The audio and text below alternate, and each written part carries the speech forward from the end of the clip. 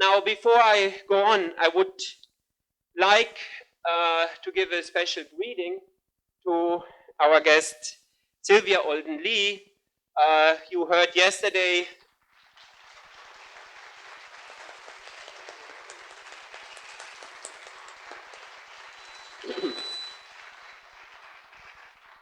I think all of you heard her yesterday playing in this beautiful concert. And I would like to ask her actually to say to us a couple of words, if she is willing to come forward to the microphone. She herself is coming on a very musical family. Her father was a member of the Fisk Quartet together with Roland Hayes. Her mother was pianist and singer. And as she told me earlier, she had 7 years. You were in Munich. Therefore, I would like to say herzlich willkommen.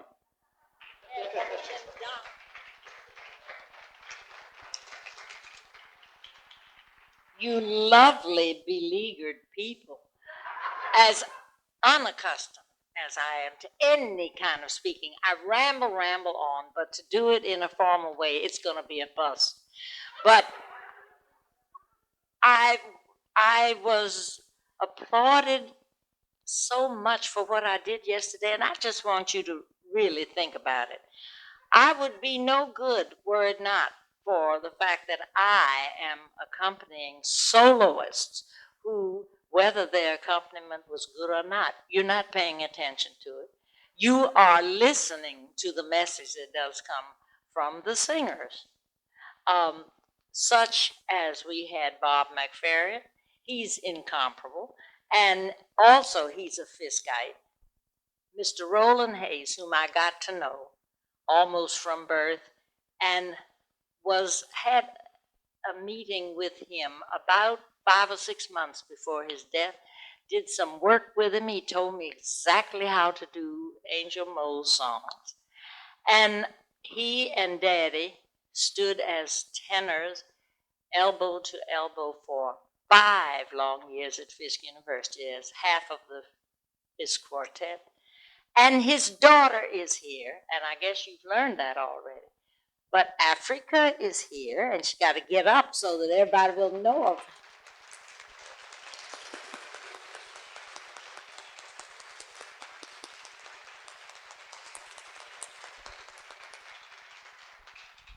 And the father is just not describable. We won't take up the whole evening talking about him, but I could, because he was the soul of dignity and ethics and truth and reality, no nonsense, and was a dignified prince all the time. And he who reached the heights way back in the 20s and 30s of the Carnegie Hall and higher level, and went abroad and was decorated by so many of the crowned heads. He sang with a dedication and a special message from different languages, at least 5. And you never got the idea that, well, he has nice pronunciation. No, he had a message with everything he sang. So he did Bach and Schütz and Debussy and the French, Italian, and German, for which he really deserved every bit of the credit that he got. Then, most of the time, I don't know about all the time, but he certainly did include his songs and did them with dignity. There was nothing patronizing about it, and I have now risen higher, and it's so nice to remember my people's songs. None of that. It was another message, and he said for all of us to recognize, along with the classics, to never forget that the songs of people were real, and to do them no matter whether dialect, and you know that all Negro spirituals are not in dialect. There's some that are very, very straightforward. But to sing them with dignity and without making a travesty of them, to think deep and to do the very best you could. Now, I am speaking from a Fisk family to which I never belonged because I am the granddaughter of a slave. And I found one of my cousins lately. My grandfather lived long enough for me to get to know him, so you know that makes me absolutely Jurassic or something.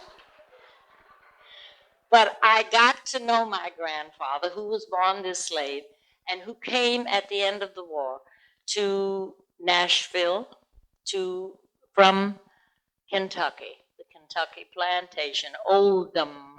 But he decided he didn't want to keep that dumb spelling. He said he would call it Olden. So he came up to Fisk and met my grandmother, who was fortunate because her father was the founder of the Baptist Church still standing, 1853. She was the daughter of the minister. She was a Jubilee singer, one of the first. She did not go abroad and get her portrait painted by Victoria's portraitist because her father drew the line. No daughter of mine is traipsing all over foreign countries. So she couldn't go, but she was a Jubilee singer. She married this George Olden, and then they had my father, who was a theologue. He was studying for the ministry, but he belonged to this quartet, the Fisk Quartet people. Roland Hayes was the only one who was a music major. The rest of them, Dr. Wesley of the Wilberforce, president of Wilberforce, was a classics major, and Len Foster was a sociologist. And they had, even though they had their pursuits, if you were a Fisk quartet person, you couldn't just get up and throw a few spirituals around because it was quite easy for them to sing. They're close to the atmosphere all around. Fisk is built on the spirit of the spiritual. They had jobs every other Saturday to get up early and go horse and buggy into the wilds, which that's true, of Tennessee, bringing back new spirituals. But every one of those members of the quartet had also to study lieder, chanson, canzone. They had to study voice technique. They had to know piano, and they had to read. So they had to add to what they had as a curriculum and get up and perform classics. My father and Dr. Wesley at many an NAACP meeting in the teens and 20s. When they needed a musical interlude, Daddy and Charlie got up and did the duet from the Forza del Destino. And Dr. Wesley would sing very capably the Evening Star from Tannhäuser. So my first accompaniment, I started very early, and by the time I was 8, Daddy was doing a little of his leftover classics. I remember my first accompanying was to accompany him in Du Bis de Rue of Schubert. And then when I got ambitious, he said, do Hark, Hark the Lark. So I worked very hard at that. I was 8 years old, and it was in the key of C, and all I had to do was really put some time to it. I remember it very well. Later in all these long years, we journeyed, my family, my husband and 2 children, we went to Munich, for only 1 year, but it was 7.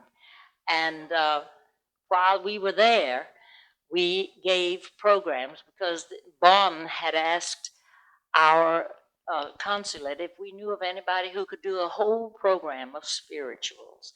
And I asked every Negro, colored, African American who was there if he would consent to do it.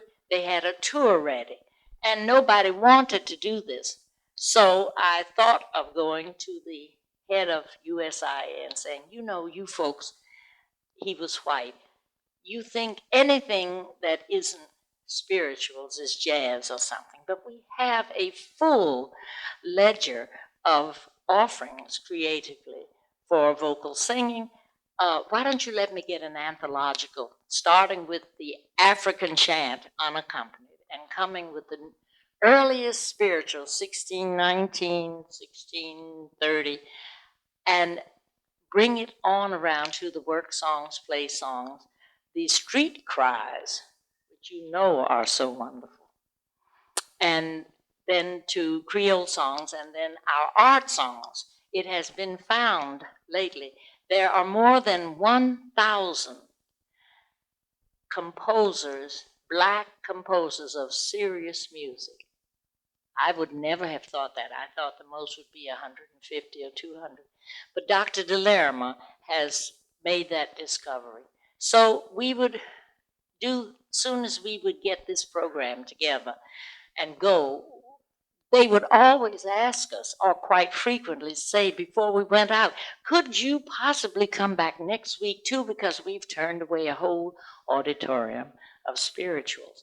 There also were published over a dozen editions of Negro spirituals published in Germany with the German translation.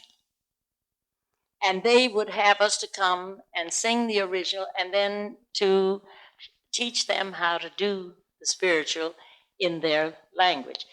And after we had gotten through with there is a balm in Gilead, I'm sure that a lot of you know that, one of the folks walked up and said, you know, this sounds so, it has no African sound to me. It seems quite like Schubert. And so I said, well, that would naturally happen if the masters loved music and had to have it. They had live music only.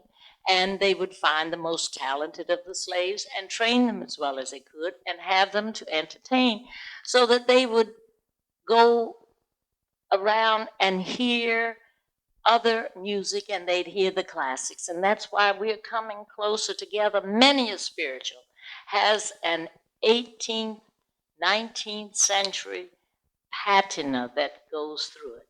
There are a lot of them that are still tribal, and I have a list of about 300.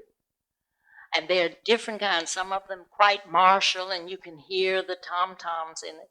And others are very, very tuneful and sound about like Danny Boy. And it only shows that we are closer and closer if we all will work very, very diligently. I know from the fact that you're here, your presence attests to the fact that you believe in justice and one world. I hope you keep persevering and going into the far corners of this globe, selling it to other people, because we are one family. We all belong to one God, no matter what you call it. And as such, we should keep in touch with each other through classics and folk music.